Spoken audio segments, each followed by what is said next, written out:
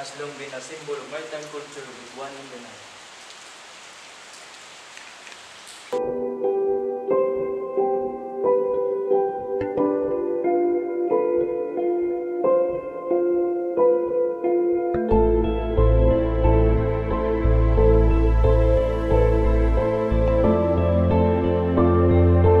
The Balanghay significance extends beyond the Philippines, as it symbolizes global maritime history and Filipino innovation.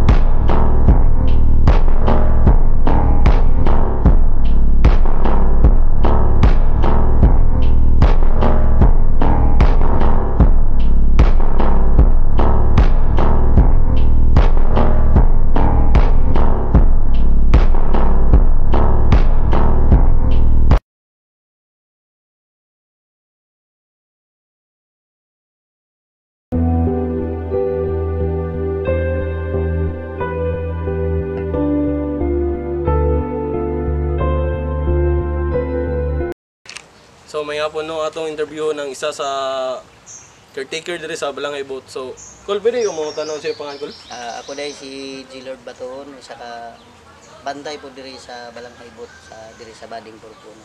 So, Kol, pwede ka na ma-interview about sa istorya ng Balanghay Boat, Kol? Pwede. Kol, pwede ka na mo ma-interview about sa brief history lang sa Balanghay Boat?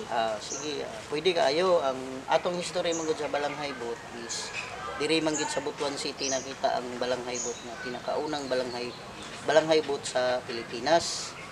So, mao ni siya karon ang kini nga Balanghay Boat is replika lang ni siya. Diri siya nadunggo sa Bading tungod kay nangita sila og area og asa pwede nila mabuhat repair ang balanghay. Kini man nga lugar ang ilang napili mo nang nadiri ang Balanghay Boat. Niabot ki sila sa 2017. Wala lang ko nakalimot lang gid ko sa unsang buwan na basta kay 2017 ni sila nangabot diri sa Bading. Until now na nagid sila diri na kabuhat na mo ni sila og ikaupat nga replika tuwa na karon sa Manila.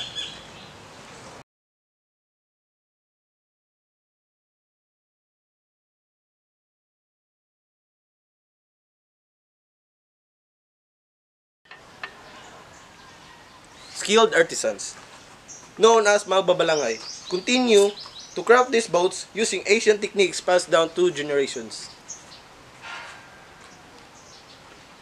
Kol, luwan na bantayan Kol ba, Kol, kaya ang isa kaning nga boat, yan si Raya Siago, yan ay propeller niya, ang katong isa, wala. So, unsa may istorya na niya, Kol? Ang bali ang kuan ni Raya Siago is i-upgrade lang siya para mapadali ang ilang biyahe paglibot sa lain-laing nasod. I-upgrade lang siya gumikan tungod kay sa ato pud nga panahon karon upgraded naman pud ta may mga mechanics nga na imbento nang gikuha na lang siya nga ibutangan na lang siya makina para dali lang ang ilang travel, dili sila magdugay sa laod. Kay gumikan niya ang kahoy na pud nga nagamit karon dili na gid parehas sa unang panahon nga mga lig-on pagid kaayo.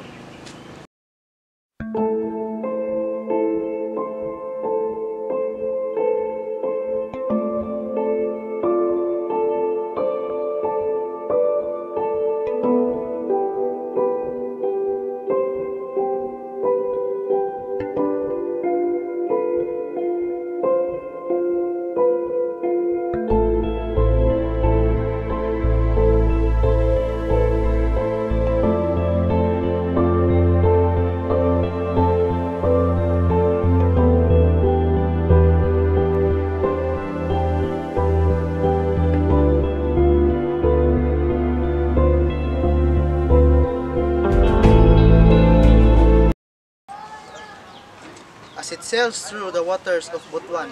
The Balanghay boat carries the stories of people and their enduring connections to the sea.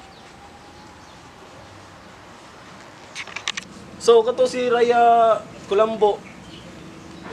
Unsay ganun wala to siya propeller niya. Nara siya kuan nara siya balisail.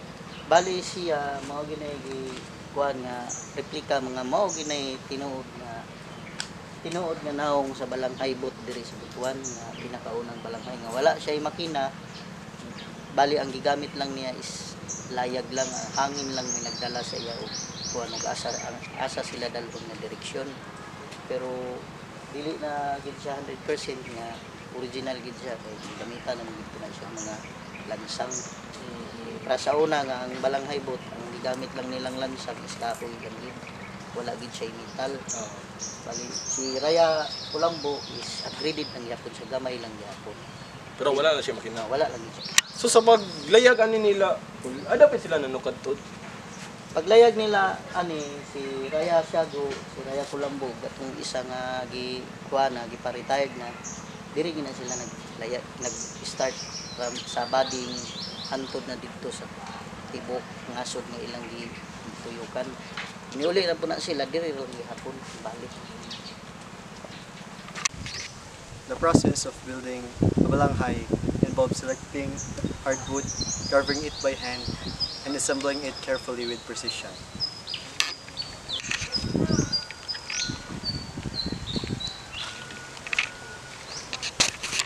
So nataron diri sa kang Raya Kulambo no. So kung pwede ka mapangutan na outro call kung unsay or nabay future plan sa kuan or makalaya mo ba na siya balik? Pwede nimo makakuan ko. Si Raya Kulambo na pa siya ma-repair pa siya pero wala na siya dili na siya pwede ilayag o i-display na lang siya sa mismong city diha sa Bayda River para ipakita lang ang iyang history diha sa diri sa Butuan nga siya ang mao na siya ang balanghay boat na si Raya Kulambo. Pero sa maghisgo ta og layag dili na gina siya malayag tungod sa iyang kadaan na o dili na siya pwede musukol og dagat kay kumikan niya na natod siya gabok pero repiron siya ikuha na lang gid siya display na lang gid siya diri na lang gid siya sa Butuan dili paunin siya sa trailer balikin ni siya na nakita ninyo ang Murag gabok no. Yan, kill niya. kana siya imo pa na siyang ikuha sa tubig napa na siya turuan mabalik na Kill. madamage na siya. Ang pinaka-importante pag niya ang bali ang sinter niya ba. Noon sana siya nagabok na siya ul. Tungod kay kini mga kahuya paborito ko ni sa katong kung kaila ba mo atong patod yung tong murag wood. Oh. Sa doon. Mo ni paborito nila nga kaunon yung mga hardwood. Na tanawa ka na mga green mo na ng mga katong barnacles sa una. Sindigan kay man naman ay kuan sa city tourism nga kini na lang di siya manon. Bali mo na lang dito. So kay ang katomong diri sadto si pabayaan nila ba Katong gibitay. Nakasagdan ba ito walay bantay. Sige sa kaulanan, kainitan, antod sa nagabok mo, itong gisunog na lang siya. Nga, murag medyo nabastos na po ito. Bumikan lagi po sa pagdalaan ng mga tao. Kabalo silang tourist, pero ilang gibuhat is mo nila o hide out. Open magput. Oo. Walay nakabadlong ba. Mga nang kadto gisunog na lang siya. Paano naman siya unrespectable naman siya. Mo tayo gidesisyon na sunugo naman siya.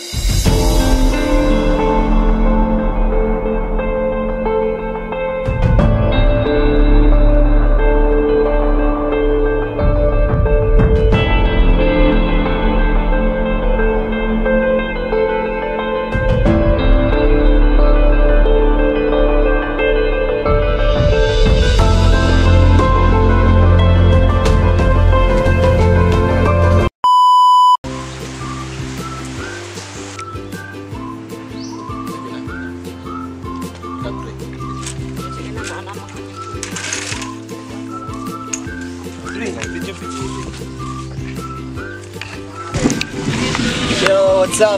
What ang ida na gabi? Mga uhat.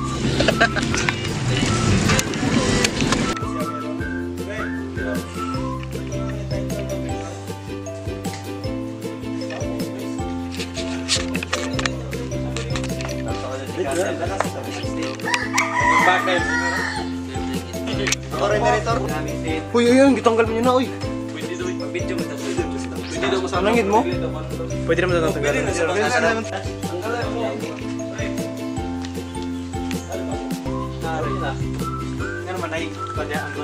Mga ito, tagkarang kuhan. Rigo. Takon mo lang natin ha?